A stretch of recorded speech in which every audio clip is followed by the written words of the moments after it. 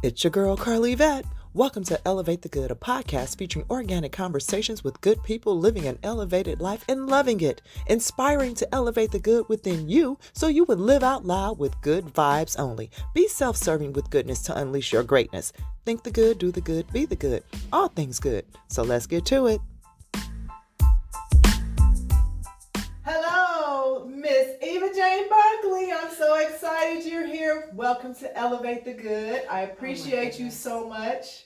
I am so honored. I'm like tickled. What? I don't know what to do. Like, I don't know what to do with my hands, with my body. This is with my what you do smile, all the time. So yeah, you know exactly what to do. But I get it because it's so funny that you say that. First of all, this is Eva Jane Bunkley. Yay!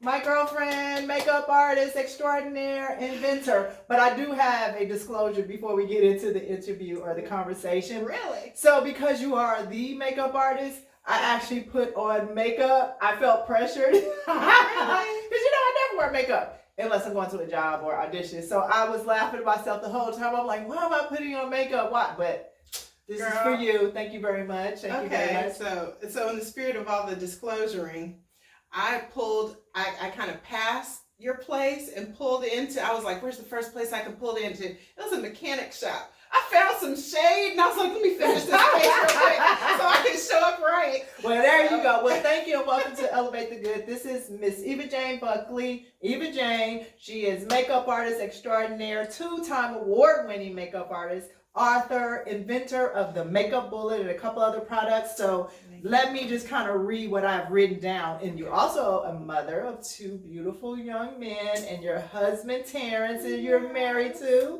And then I acquired 3, but they're adults. Yeah, so. Well, there we go. Hey, you're doing a good job. You have worked for over 25 years as a beauty professional on sets of television, film, editorial, commercial, music video, print media, and you have worked in local and national TV news markets for NBC and Fox television stations, and your anointed hands. And I took this from your stuff because wasn't that the name of your business before? And I still kind of use anointed hands. Anointed hands, which is so appropriate. But anointed hands have touched many celebrity faces, including President Jimmy Carter, Usher, Dwayne "The Rock" Johnson, that's my dude, Jennifer Holliday, Charles S. Dutton, Cicely Tyson, Jamie Foxx, Kobe Bryant, Judge Glenda Hatchett when you're in New York. So, I mean, you have been doing this for a long time. Mm-hmm. And the reason why I say anointed hands is so appropriate because I remember when we met 15 plus years ago. I know it's been a while. Many plus. On whatever set it was, I don't remember. But I remember you were doing my makeup. And I don't necessarily like people touching my face. I don't mind the implements. But you started doing this like thing with your hands touching my face very like tenderly and lovingly. And I remember it was like a facial massage. And I remember just relaxing and it was just felt so appropriate. And that was the first time I didn't have a problem with it. And it was like you were preparing the face and the energy to receive it. It was like something I had never, so when your company being Anointed Hands, it was so appropriate. Oh my goodness. I don't even remember that one. Do you remember what set? Who knows? Because we've worked several times, so who knows? Oh my gosh, that is so beautiful. Yeah, so I do remember that, and you and I connected, I want to say since then, but I do remember that. But tell me about how you even got into makeup. Like, when did it start? How did it start? It's one of those things where I've always enjoyed art. Okay. And playing on my girlfriend's faces, even as far back as high school. Oh, wow. And then, of course, college. My girlfriend's asking me to do their makeup. And it was just fun for me. It wasn't anything that I took seriously, though. Okay. Like, truly, I did not take it seriously. If you look back at some of my young photos where I did my face, like in college, there was nothing like skilled about it. It was just right. I liked color and I might do some blue eyeliner on the top, some green on the bottom, some, the brows were not shaped or anything. It was like back in like the 80s. Right. So, the blue was my thing. It was a lot. Yeah, eyebrows, we just went with whatever you had. Wet and Wild, I think it was 521 was like the color. So it was just kind of fun for me. And then my senior year at Ohio State, there was a makeup class for theatrical makeup. Oh, really? Cool. And I was like, that'd be a good elective to take. That'd be something fun. I'm kind of interested in it. So kind of like on a whim, I took that class. And then I signed up for another one that was supposed to be like the prosthetics and all that. And they actually didn't have enough people to sign up. So they canceled the class. And I was like, well, dang. But then when I decided that I was going to relocate to Atlanta, I started looking for jobs in the newspaper. At that point, you could look in newspapers and find, there was no internet. The classified section. Exactly. Right. And I found 2 jobs advertised that they wanted makeup people. And I'm like, oh, I took this class because really I wanted to do wardrobe. She passed it on to me. She said, you should call her. Wow. She works with news. And I was like, I don't know. She's like, no, call. And I called the lady and she's just like, who are you? Like, I didn't give you my number. Right. I was like, well, you know, my girlfriend did it. And she was like, I don't know about that. So my girlfriend Olivia was like, call her back. Just keep calling her. And so I did. And I hounded Bridget LaDonna Oliver and kept calling. And because of my persistence, she finally said, okay, come in at, I think it was like 4:30 a.m. or something like that to Fox, you know, because she said I've been burned a lot. Right. And people say they're going to do, and then they don't show up, and then they do a terrible job, or, you know. Right. So she came to trust me, and we formed a friendship, and she kind of helped me a lot in the craft of really kind of creating that dimension for television, what was needed, took my art to another level, because the arenas that I've been doing makeup in, it was almost theatric. It was what I learned, kind of. Right. And then the first company I went to work with was sort of like a traveling glamour shots, and they kind of encouraged, like, just pile it on. Just, you know, so everybody's just like, because there is a difference between film, television, on stage, and your personal. Exactly. Like, there are different levels. So she helped me kind of look at, okay, this is for this arena, this is for this situation calls for this.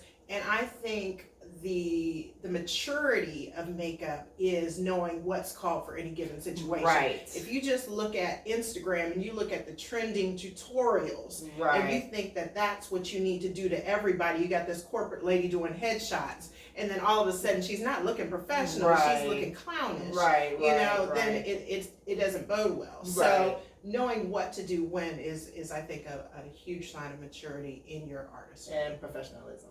Yes. Right. Yeah. Because you don't know your craft, and I'm just still blown away, like how much you can accomplish being a mompreneur, and then you're self-described as a beautypreneur, which I like that. What does that mean for you, beautypreneur? Well, I mean, I've been in the beauty industry. I've actually been self-employed since about '98. So being like total freelance, not working for a corporation or a brand, but actually transitioning from just the service based of just doing makeup freelance and, you know, having my different contracts to actually having a product based company. So that's kind of the new level of being this beautypreneur, is building this new brand and getting brand awareness and letting people know who is the person behind the brand. So sometimes that's been the biggest challenge for me, is being out front of something, because you know, I'm used to being that person behind the scenes and pushing other people forward so that they can, you know, look their best and all of that. So kind of getting used to that. I mean, I don't mind it, but it's just not like one of those natural things. But I enjoy people. Right. You know, I enjoy people. So like posting up camera and talking to folks and all that is kind of like, I'm still connected. I just kind of got to change my mindset. Gotcha. So with that being said, let's talk about your wonderful products that you have, your Inventor. Okay. I am just so admire you for this journey, because I've kind of sort of been up close and personal with it. One of the first ones is the makeup bullet. Yeah. So the makeup bullet, tell us what it is and how it came to be. So the makeup bullet was actually a thought. Of course, everything starts as a thought, but it was a thought for a very long time before it was an actual thing. Because it was like 6-7 years before. It was a long time in my heart before I kind of developed the courage to actually do it. Okay. And for me, I know if that was my story, it's a lot of people's story. Because I talk to a lot of people, they're, well, I have an idea, and they just don't know where to start. Right. And that was where I found myself, like, how can I do this? Because it seemed like such a huge, like, pie in the sky type of thing to create something that didn't exist already. Right. But I did. And this is it. That's the makeup bullet. This is a makeup bullet. So now tell me about the makeup bullet. Okay, so on your finger, and what do we do with it? Snug on a finger. It's a cosmetic sponge, applicator. It's a blender. It's a smudger. It works. I needed with, this an hour ago. Well, yeah. Okay. You can keep that one. It works with your liquids, your creams, your powder cosmetics. Okay. And it is meant to just give you that control in application and speed, and to help you multitask more effectively. Gotcha. One thing about my life, you know, with the kids, with the career, with the hubby, with all of this, is I'm constantly on the move. Mm-hmm. And like I said, I did my makeup in the car. I just Right. didn't have time this morning, but with the school drop-offs, and then something else went on with the business I had to do, and I was like, Right. I don't have time to do this. So I'm always on the move. So it allows me to still kind of be hands-free, so I can Gotcha. hold other stuff. I'm not going to lose track of it. It's not going That's to go true. falling off. On it. Right. And that was my big thing. And the idea came to me while I was actually doing makeup, because I had someone in my chair. I was at NBC, and she needed to get to set, and I am just totally naturally disorganized. It just happens. To save my soul. So I was looking at my makeup area, and I'm like, where did I put my sponge? So I'm looking for the little wedge that I'm so used to using, Right. and I can't find it anywhere in all the melee. So I'm just like, dang it. And she's looking at me, and I'm starting to sweat, and I'm getting nervous, because she's like, I gotta go. And I'm like, Right. okay. And I'm looking and searching, and the thought just pops in my head of, dang it, if it was just attached to my finger, that'd be one less thing I'm looking for. Because I'm wasting more time looking for stuff than I am actually doing makeup. Exactly. And I was like, you know, is that a thing? I don't know if that's a thing. I'm going to look into that. And, finally found what I needed to find, got her out of the chair, and kind of had the idea floating around. And it floated around, and it floated around, and it floated around in my heart full of doubt. Wow. And as long as it existed with all that doubt, and I finally met a young lady who encouraged me, and she was in the beauty industry, and she was in the tool side beauty, because a lot of people are in the makeup side and all that, but tools, that's just kind of a different animal. And she was just like, I have been to beauty shows all over the world, Eva, and I've never seen anything like this. You know, I had her sign my little NDA and showed her my sketches. And that's all a that. non-disclosure agreement, so Yes. they won't steal your ideas. Due diligence, Right. yeah. Right. If they do, you got, Right. But and sharing with people that you trust and with purpose, Mm-hmm. So for something like that, so she was just like, I think you need to go for this. You need to do this like yesterday. You could be sitting in a gold mine. You need to do it. And I'm like, oh, okay. So that little bit of encouragement started to nourish that seed in me, and I just started making phone calls. I got a lot of rejection, because that's just a part of the process. A lot of people saying no. But from the meeting her in January to December, I had my first prototype in my hand. So now, do you draw it out, or you describe it to someone, and how does that happen? It really depends on the product itself. But yes, it's going to start with maybe your crude drawing. Okay. In my case, I also did my own crude prototype. I ordered some foam from a company. I called a company that made foam, and I said, could you send me like a hunk of it so I could sculpt something? And they're like, yeah, sure. So I bought a Dremel, and I bought some carving tools at like Michael's, and I just went to carve, and I think it would look like this, because I kind of wanted to know what size, if the size I was thinking was, how far on my finger, down on my finger will it come? What would be effective? If it's too short, it's going to fall off, and then it's not going to work. So it was just trying to work out those before I gave it over to an actual contract manufacturer that could make my vision more polished. Wow. So it really depends, though, because it has no mechanical moving parts. Right. So it's it was a good entry level product for me to do from scratch, rather than saying, I want to build this little robotic whatever, and it's just not in my wheelhouse anywhere. And I gotta, go to an engineer and say, can you, So I think when it comes to the invention process, and that's why I did this book, because we are creative beings. We were made to be creative beings in the image and likeness of God. And you have these ideas as you're walking through life, like, oh, it would be good if you did that. And what I encourage people is, if you do have this idea, just make sure it's something that if you're going to go for it, that you're going to be committed to, and you know that you're going to be committed to it for the long haul, because you're going to find yourself in those arenas. You come up, I use this example, if you come up with a new little doohickey for the toilet, you're going to be at plumbers conventions. Do you want to be at plumbers conventions for the next 3, 4, 5 years, you know, promoting your product and trying to get it to the market or however? So I started with beauty.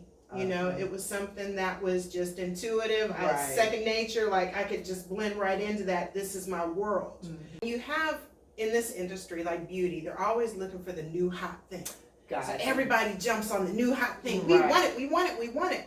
But your dedication comes in when it's not the new hot thing anymore. Are you still trying to push this? Because my thing is, I want this to be a beauty kit staple. And there we go, because we're used to stuff being around for a long time, but now things are moving so much faster, so it may not be, like you say, the hot thing, and stores are looking at what can sell and not this this. The new hot thing. Right, So that's where my resolve comes in of, am I committed to pushing this forward and still talking about it 6.5 years later after people are like, oh yeah, I remember that. Oh, no. Yeah. You might remember it, but do you realize, have you tried it? Have you, you know, because once you try it, you're going to be like, oh yeah, because this, I can get through my routine quicker.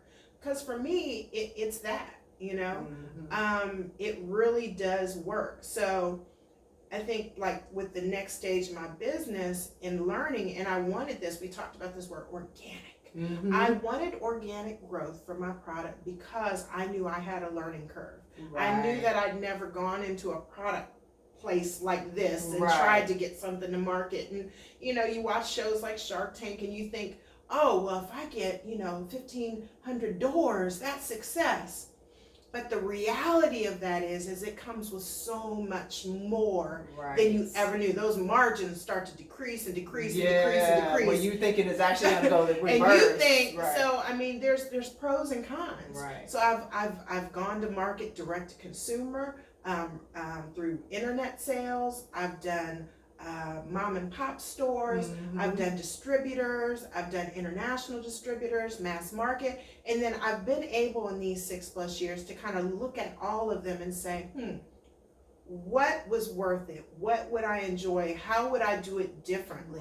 You know, and I can see it from a different perspective because no entrepreneur's journey is the same. No product journey is the same, you know, and when people, like for instance, they see a level of success, what they think is success, and they'll say, oh my God, it's all these places. Yeah, but you know, it's in, say Russia, but they place one order. So yeah, there's probably products still in stores there, but my distributor, right after they took me on, the woman who I met in Italy, who was so passionate about the product, who was going to manage that whole thing, she left the company 2 months later. Oh, wow. So it's like you go through like any other thing. Because I remember you were actually boxing, like receiving shipments at your house and mailing them off, you know, the orders yourself. So I mean, there are different levels to it. People don't understand or like see the behind the scenes. So now I'm focused on Amazon as one and my own direct sales through my website. But people inevitably are going to look on Amazon and want to find you there. So it's kind of like one of those things where you want to be there. Ulta is still one of my retailers. Oh, wow. Okay. They actually sell it online. Okay. And herein is that I got a love-hate relationship. Because a lot of the big stores, and I've had other stores say, oh, we want to carry you online. And it kind of dilutes your sales to a certain degree. But the association with the brand legitimizes your product. So it's one of those things where you're like, do I want that? Because now there's actually dupes in the market. The knockoffs coming. Which I was going to, let's talk about that. Because I've walked into stores and I'm like, all right, I'm going to eat. No, that's not Eva, because that doesn't say the makeup bullet. So let's talk about the knockoffs. So the because you have a patent on this product. I brought a copy. So I know that's right, because like you had to wait like 6 years or something to get it. It was about a year. A year? Okay. Now, if you take it from when I thought of it to when I actually like stepped out, that was many That years. was okay. But the actual patent, this is actually a copy of it. Woo! Kind of what That's it what looks I'm like, talking the drawing about. and everything. I've never seen this up close and personal. Now So this the was picture new of the though. actual product and the specs. So this is the the actual trademark. That's what I'm referring to. Battle to get the makeup bullet as my own registered trademark. Okay, so let's start with the patent infringement. Oh yeah. Okay. So people are knocking off your stuff. What do you do? What happens when you see it? You know, it's one of those things that the first time I saw it, I kind of knew it was going to come because they're China-made knockoffs. And the first company that I saw that actually knocked it off was online, Alibaba. They used pictures that I took with my own cell phone of my product on their site. And I'm like, no, that ain't right. How are they going to take?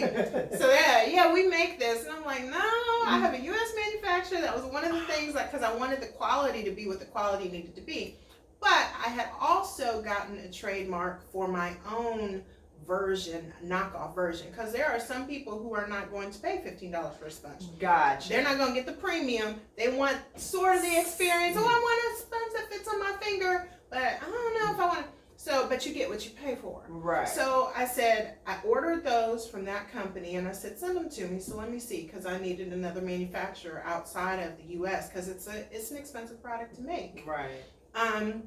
So got that and I was like, this will do. So Pretty Stick is my knockoff version of the makeup bullet. Okay. And then my other thing was, if there are companies that would want to have their own brand and white label it, I would be willing to do that, and they license it from me. Like that was my vision. Okay. That's not how they did it. Okay. They just went ahead and got their own direct connect to some China manufacturer. Because once one China manufacturer gets it, you're gonna just see it. That's just rude. You're gonna see it. So I mean, but it's just kind of par for the course. So that's when your own marketing and your own branding and your own quality come into play. So now, do you sue these companies, or like how does that? Because you have a patent, so what does that really mean? I know exactly, and that's one of those things where it's almost like you get as much protection as you can. However, and that might discourage some who maybe are slightly ethical, but others they're gonna skirt around you. They're gonna skirt around you. The first deliberate skirt around my product that I saw, like there were two that were just like total, like this is the makeup bullet. Like how can you say this is not my product? Wow. Forever 21 and Sephora, I sent them cease and desist letters. And all that costs you money. You know, you have your attorney draw stuff up or whatever. There's ways to skirt around people's patents. Okay. But I mean, when you're first and when you're best and when you're that is a China made. It's that stiff stuff that you gotta wet. The experience isn't the same. So, and the passion is behind it. With the new iteration of everything that I'm doing with bringing out my brand of Eva Jane, nobody can duplicate that. So the next iteration of packaging with the makeup bullet, I'm going to put me on it because a lot of people don't know that it was an independent, black, beauty professional individual that came up with that product. They don't know because they see something, the new finger sponge in the mass market, and, that was a good idea. I wonder who. Right. So the trademark situation, you say it was kind of a fight or a battle? Yes. So what was that all about? Well, with trying to get the makeup bullet. This is an official. Yeah, that's the trademark. That's the actual certificate they sent. That is so cool. With trying to get the trademark, there was another product that had a similar name. Because first, when I put it out, before I put it out, I had a different name on it. And there was already a product, because I was like, the beauty bullet. It's but there was already a product out, but it was like the serum something. And so the trademark office was like, no. So my attorney was like, just change the name. And I was like, I haven't released anything yet. I'm not married to it. I've printed a few things, had my little pre-release party for just friends and family. So I went ahead and changed it to the makeup bullet. And I was like, I said, actually, I like that even better. It's kind of more spot on for what it is, the makeup bullet. And it got rejected again because the trademark office said it's too similar and it would confuse people, even though that was like a serum type of thing. And I just kept on. I was like, I'm going to build this brand. My attorney was like, it's not the same, so they can't necessarily say anything, but you might not be able to get, just keep your TM or whatever. I'm like, dang. But what happened was that other company didn't move forward with that, and they let the trademark like drop or whatever, because they didn't. It was like an experimental product. Like maybe they were going to do it, maybe they weren't. And so it was a blessing that I was able to, just resubmit and say, hey, can I go ahead and get my stuff? Can we do? And it worked that second time, but it took 6 years. Wow. It took 6 years. But I mean, and that's just a good lesson for me and everyone else, which is about the elevate the good. It's just that things don't necessarily go as smoothly or what we think it should, and in the time and the process is like there is a process. And you are going to come up against stuff, but if you really believe in something and you're persistent and your heart is in it, just keep going, because it does eventually work, and it works the way it's supposed to work in the timing that it's supposed to work. And that's reality. Yeah, I mean, who are you going to be able to stand up before and inspire if you just say, everything I've ever done has worked out so perfectly. Right. I've always had enough money. I've always been able to just execute, and nothing goes wrong ever. And people will look at you in the audience like, I don't like her. I don't like her. Like, what's wrong with me? Right. It's not relatable because it's not reality. It's not reality, actually, because otherwise you wouldn't have a Shark Tank. I mean, you know what I mean? Because otherwise you'll be able to go and do whatever you want to do, how you want to do it, when, and everything goes smoothly, and then the money's going to flow. But that's just how it is. New product, which is now actually has your name on it. Eva Jane. Yay! So tell us, this is the Eva Jane Eyelash Safe. What? Eyelash Safe. This is where you keep your... You know what? It is so funny because case in point, there's one lash in there, right? I did a demonstration the other day online of like why it's like needed and why it should be, everybody should have one that wears strip lashes. And I took one lash off and I put it in there, and then I left the other lash on, and later in the day I realized, oh my God, I got this one lash on. So I got somewhere, I pulled it off, because this is a prototype. I don't go carrying it around, I want to get all scratched up. That's funny. And I pulled it off. Who knows where that poor little lash is? It is not safe. But his little sister is safe. Look, that one lash. Cute. So this is another one. It has a mirror on it. Oh, wow. It has 2 pairs. So it'll hold 3 pairs of lashes. Okay. It'll hold 3 pairs of lashes, and it'll keep them to where they're not gonna lose their shape. I've had them in my hair, stuck to my clothes, because they transfer, because they like got that little stick to them. Yes. And then something gets to something, and you walking around, and you got. So you have solved a major problem. Yes, that's what I'm talking about. Women are gonna love you for this. And that's the thing that I want to introduce is just time-saving beauty solutions. Yes. I mean, we got woes. I mean, they might seem trivial to some, but when you want to look good when you go in places, and you don't want to take all that time to do it, and you want your beauty routine to be easy. Right. So that's like the phrase that I've been coining, like making beauty easier. I like that. Yes. And then you have another product. Yes. You're doing it, girl. Look, I'm trying to just put them out at this point, because I think what happened is the momentum sometimes your business can slow, because you get so stuck on, okay, well, this is what I'm supposed to be doing right now, and then you're not letting other things flow, because you got a vision of, well, this happened this way, so it should necessarily just right. So talk about this. What is this beautiful little... that, you know what, and she doesn't really have a cute name yet. I'm still like playing with names. I just keep calling it the Eva Jane Silicone Detail Angle Brush, which is so spot on and descriptive. I'm like, that's what it is. So with all this experience and all the inventions and the patent and all this stuff, you actually wrote this wonderful book. Yeah. And so the title of the book is Innovative Beauty, Keys to an Inventor's Success.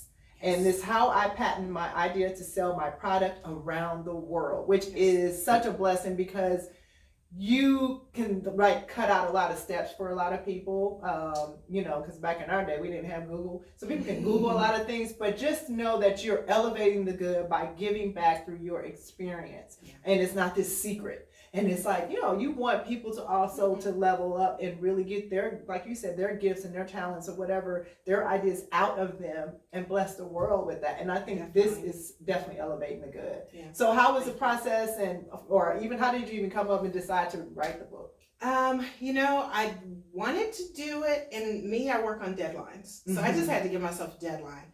And I was asked to speak at, it was like a pretty big deal, this conference, Bob Wright's symposium. And I was like, wow, like this is going to be amazing. I'm going to be interviewed by Byron Pitts. And, you know, at that event, I want a book because speakers have books. Right. You know, and I'm like, what do I know about? I'm like, I know about how I got that makeup bullet out of me. Right. And then I just kind of thought back like on my career and where it started and where the entrepreneurship thing came. My grandmother and my grandfather were both entrepreneurs, but by the time I came around, like my grandfather passed when I was like 5. He had his own podiatry practice in downtown Columbus, Ohio. And then my grandmother, she had, she was a beautypreneur. She did hair, and she had a salon in their basement, in the basement of their house.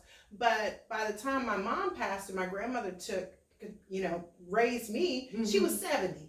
She was long since retired. She wasn't doing her entrepreneur thing anymore. So I didn't really see it, but I feel like it like transferred into me though, some kind of way. I'm like, God, like really did that thing. So I kind of traced my entrepreneur journey from the first businesses and just the hustle, and then the discovery, and then how to choose what to move on, and to eliminate the doubt. And not always be ready to like shove it off on a middle person. Like, ooh, this expert said that they can make my, okay, I got some thoughts about that too.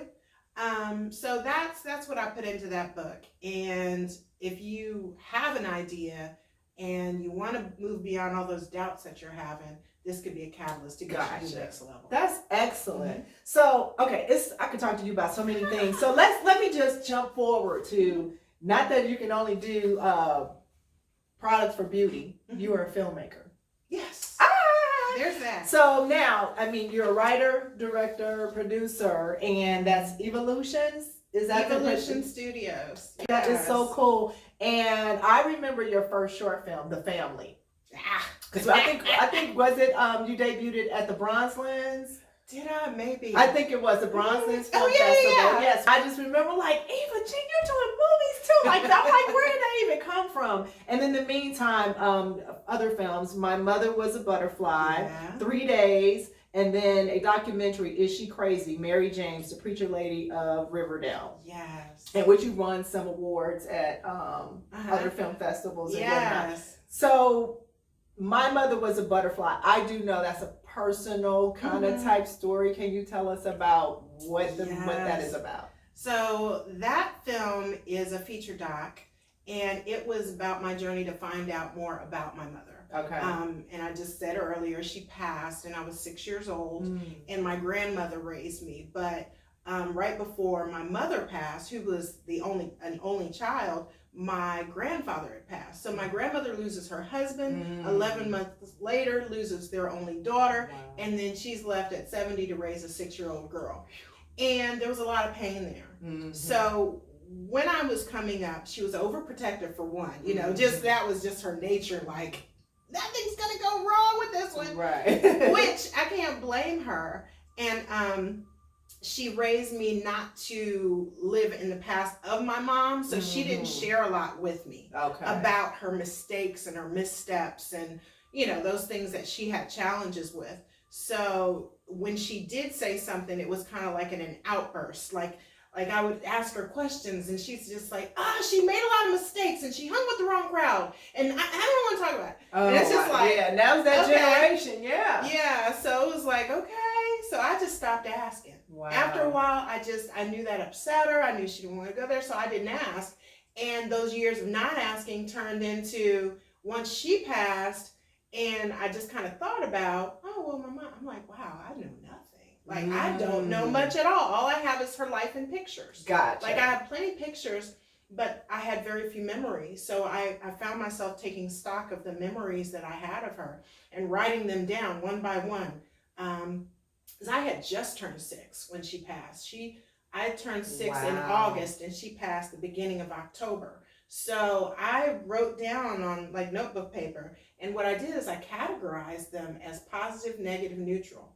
And most of the memories I had, because she was deep into alcoholism, and she was some would say like a short fuse, that type of thing. So most of the memories I had were negative. Like they were just negative things. I mean, one time she picked me up from school. It was like, I think she walked in the middle of the day. It was like I was in 1st grade. She's sloppy drunk, just like, and I can remember just feeling embarrassed. She's trying to get me out.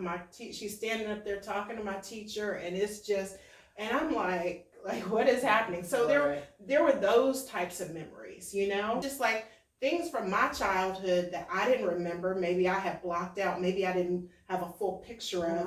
To just kind of build more of a picture of my mother and of all that, because I was with my grandmother a whole lot. She sent me with my grandmother a whole lot. And just being able to give her some grace, because I used to have a lot of anger towards her for living her life the way she did, knowing that she had a daughter to raise, you know, knowing she had this responsibility, and then making the choices that eventually took her life to where I couldn't, you know, like have a mom. I would look at my girlfriends and their relationships with their mothers, and it would just be a source of just envy for me sometimes, you know? And if I had one girlfriend and she was like talking to her mom some kind of way, I'm like, don't do that. You have me, like, why would you know, it's that kind of thing. So just being able to move on and have a little bit of closure, that was what Butterfly was for me. Wonderful. So, Eva Jane, okay, so we talked about the makeup artist. You talked about being an inventor. We talked about, we talked about your products. We talked about the trademark. We talked about your book. We talked about, you know, you're just so much. I love it. You are just so awesome. Like I said, you elevate the good in every way. So the question I want to ask as we kind of wrap up, what is your why? Oh gosh, Lee. My why for anything that I do is because I enjoy it and it makes me happy. And, you know, I have 2 sons, teenagers right now, and I think it's important to be an example to them. And then I just have a lot of energy. Like even when I'm sitting here, I'm just moving. I know we both are all like, yeah. I can't stop moving, and I get bored easily, and I can't do just one thing and express myself in just one way. Right.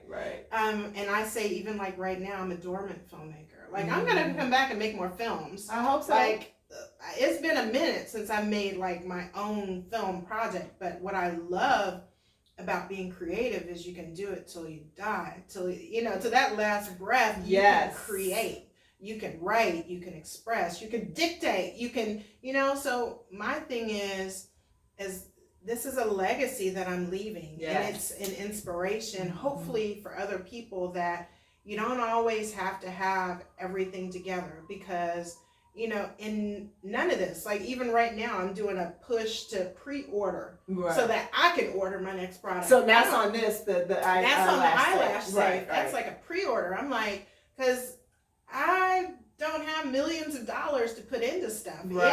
It's still, I'm a bootstrapping entrepreneur, but I enjoy it. I have a passion to do what I'm doing because it takes me and allows me to meet so many different people, to go so many places. It's a vehicle for me. So it's not that I have it all together, and I don't want people to think they have to have everything all together to step out and start. Because the thing is, no matter what your vision is for what you have in your mind that you want to do, once you begin to walk it out, it's never going to look the way you thought. True. It's never going to look the way you thought. I mean, plans, you make those plans, you know, but when things come your way, how do you react when it doesn't work out? And that's where you test yourself, your own results. And then your passion is what really drives it at the end of the day, because this was not my original plan for this studio, and then this is actually plan C, but it actually ended up being, for me personally, the better plan Like, you know what I mean? So, no. I love this space. Yes, thank you so much. When I saw the set on, I was like, yes, Elevate the If they only knew where we really were, right? I love it. I make it work. And so, like I said, this was plan C. And, you know, I didn't get upset along the way. You know, I was like, kind of like, well, maybe I need to postpone it. But no, you just keep going because it was something I really, really, really wanted to do. And it all works out, you know, and like I didn't wait for everything to be perfect. You know what I mean? You can't wait for all the money all to be the there. elements. You can't wait for all the people that you wanted to be involved. You know, because there's just too much happening. And if it's in you to do, just start walking it out. And then for me, I realized whoever's going to resonate with this, they're going to resonate with it. That's what I'm worried. Only thing that I'm concerned with anyway. Like it is not for everyone, and then that's okay. You know what I mean? So I am just so excited. So tell me what's up next. Do you have any pop-up sales? I know you're looking for pre-orders for for the eyelash safe. So where do we need to find you to place orders? EvaJaneBeauty.com. EvaJaneBeauty.com. Or themakeupbullet.com. It's the same site. Okay. Or Eva Jane B is the Cash App. So Eva Jane B for Cash App. Yep. That's EVA JANE. The letter B is in boy for Cash App. Yeah. The Makeup Bullet or EvaJaneBeauty.com. Yeah. Okay. And you can also always Facebook. reach out. Yeah, you can always reach out. The Makeup Bullet on Facebook, Twitter, and IG. Okay. And then, like for this right now, I'm taking pre-orders. You can get 2 for the price of 1. So wow. Either 2 for $15 or 1 for $10. I just got to get those going. And then if you do Cash App me, please send me a mailing address. I need to know where to send it, and then your email or whatever, just so you. And if you need to check in with me, I'm so accessible, and I'm going to look 770 Eva Jane. Ooh, I like that. That is actually my number. Right. So. Y'all got it. It's right there. I'm available. I'm out here as this entrepreneur doing this thing. Beautypreneur. And if you need some, advice on what you're doing, I always tell people, I say, okay, first buy the book, read through that. So now where do we get the book? EvaJaneBeauty.com. Okay, that's also on there. Okay. Read through that, and then we can have our little session. I'll sign an NDA, whatever you need me to do, so that you can, move forward in your dream. That's elevate the good. Elevate the good. I know. Oh my God, you just made me so happy with that. That's why you're here. Thank you so much. I don't even have enough words right now. I knew when, like I said, I was making my guest list, and I knew you were at the top because of this very reason. You are awesome. You're giving. You're kind. You're just altruistic. I mean, you want everyone to be elevated, and that's what this life is about. And you've always been that way. Yeah, it should be. So if they watch to the end, they got a whole lot of information. Right? You got the personal. You got me. Right. So thank you. I love you so much. I appreciate you so much. So don't forget to check out EvaJaneBeauty.com, themakeupbullet.com, Eva Jane B for Cash App, and also you can check out her stuff. I'm going to post it on the Elevate the Good Facebook page. She's Facebook, Twitter, IG, all that. Thank you again. Yay. This has been a pleasure. I feel so elevated. I love you. I love you back, girl. Look, can we lean in? Bye.